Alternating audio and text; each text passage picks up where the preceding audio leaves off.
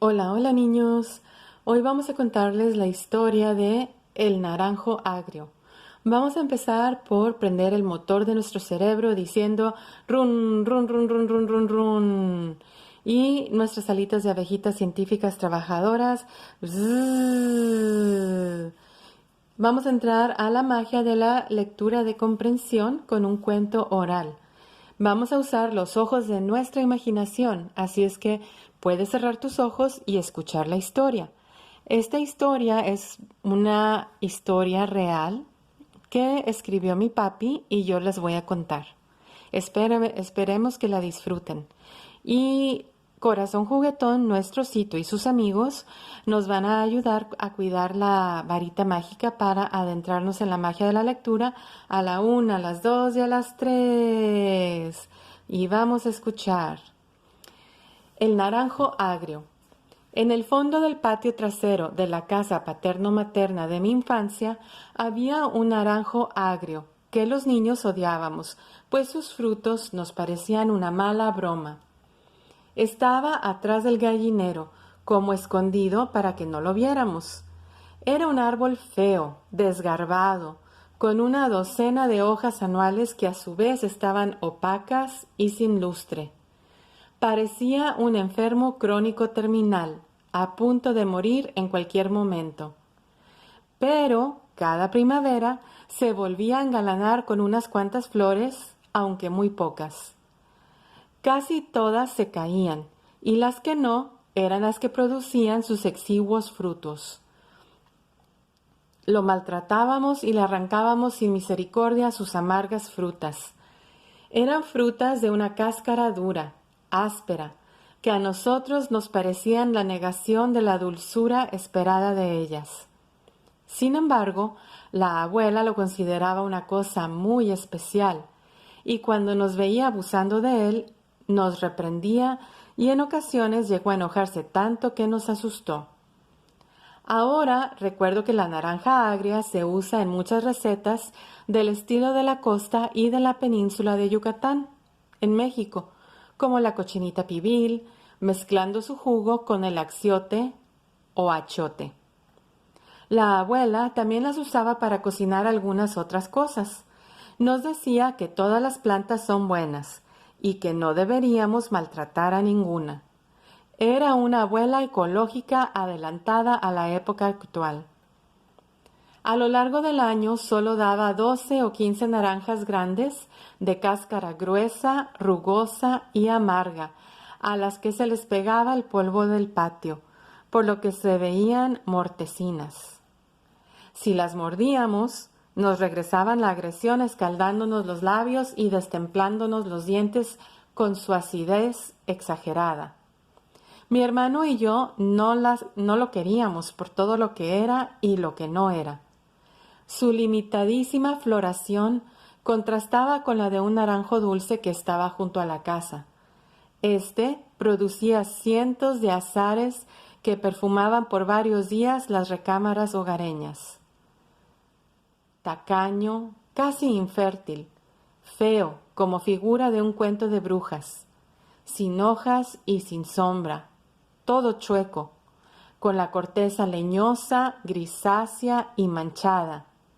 Daba la impresión de tener tiña o roña. En las tardes, cuando empezaba a pardear, su figura se dibujaba contra la penumbra de las primeras horas oscuras y parecía que nos vigilaba desde su escondrijo. En varias ocasiones mi hermano y yo intentamos destruirlo, doblándole las ramas con el propósito de quebrárselas, para después arrancárselas. No pudimos. El naranjo agrio se defendió y nos azotó la cabeza, la cara y diferentes partes del cuerpo, con los latigazos de sus ramas flexibles y correosas, que una vez dobladas al máximo por nosotros, se regresaban violentamente a su posición natural. Llegamos a pensar que estaba embrujado, o que cuando menos era asiento y vivienda de algún ser diabólico.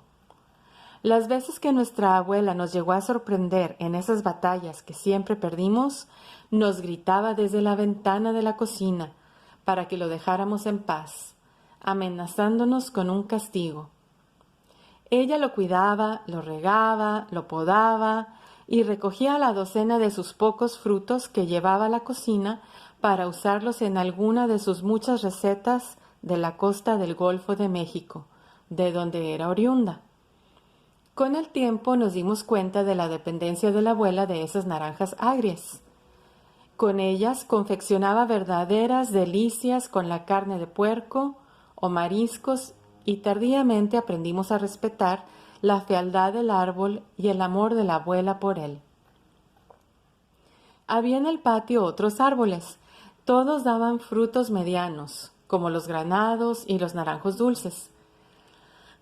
En su fealdad y horrible figura, aunque pocas, el naranjo agrio daba las más grandes y jugosas naranjas que la abuela exprimía con gran energía hasta la última gota. Con las cáscaras y el bagazo resultante hacía un dulce delicioso, con piloncillo. Este lo devorábamos haciendo que olvidáramos nuestra eterna querella con el árbol. Nos mudamos de casa y ahí se quedó el naranjo agrio, solo, sin quien lo regara ni cuidara, con toda su fealdad y calvicie de hojas, con sus naranjas agrias para cocinar deliciosos platillos, con sus ramas corriosas, retorcidas como los brazos de un hemipléjico que se movían con el viento y prestas a defenderse de otros truhanes como nosotros. Años después murió la abuela y nos fuimos a otra ciudad, hacia el centro del país. Me casé y en un viaje que hice al pueblo fronterizo donde crecí junto a ese árbol, decidí ir a ver cómo estaba. La casa ya no existía. Solo había un terreno baldío cercado que llegaba hasta el lugar donde vivía mi naranjo agrio. El naranjo agrio de mi querida abuela. Me introduje sin permiso, confiando que los vecinos me reconocerían si alguien protestaba por mi presencia. Fui acercándome al lugar con expectación y alegría. Me quedé paralizado, confundido, perplejo, estupefacto, conmovido. En el lugar de su antigua residencia solo había un tocón, un muñón, como de un miembro cortado a golpes de hacha o de machete. Un pedazo de no más de 20 centímetros de altura, con su característica corteza tiñosa, roñosa, negruzca y fea. Emergía del suelo. Se podían apreciar los golpes desiguales del instrumento que le había quitado o intentado quitar la vida, hacha o machete. Y digo intentado quitar la vida porque por un lado del tocón, muy cerca de la tierra, creciendo de entre la corteza horrible, había una sola hoja que era tersa, brillante, verde, verdísima, floreciendo, creciendo, desarrollándose fuerte y sana, esperando quizá que volviera mi abuela a regarlo, a cuidarlo, y quizá hasta a unos niños traviesos como nosotros, a los que castigaría con los latigazos de sus flexibles y correosas ramas. Sentí deseos de llorar, de tristeza y de alegría, por la lección que me acababa de dar la naturaleza invencible, por medio de uno de sus pequeños, asolados y aguerridos miembros. Y lloré.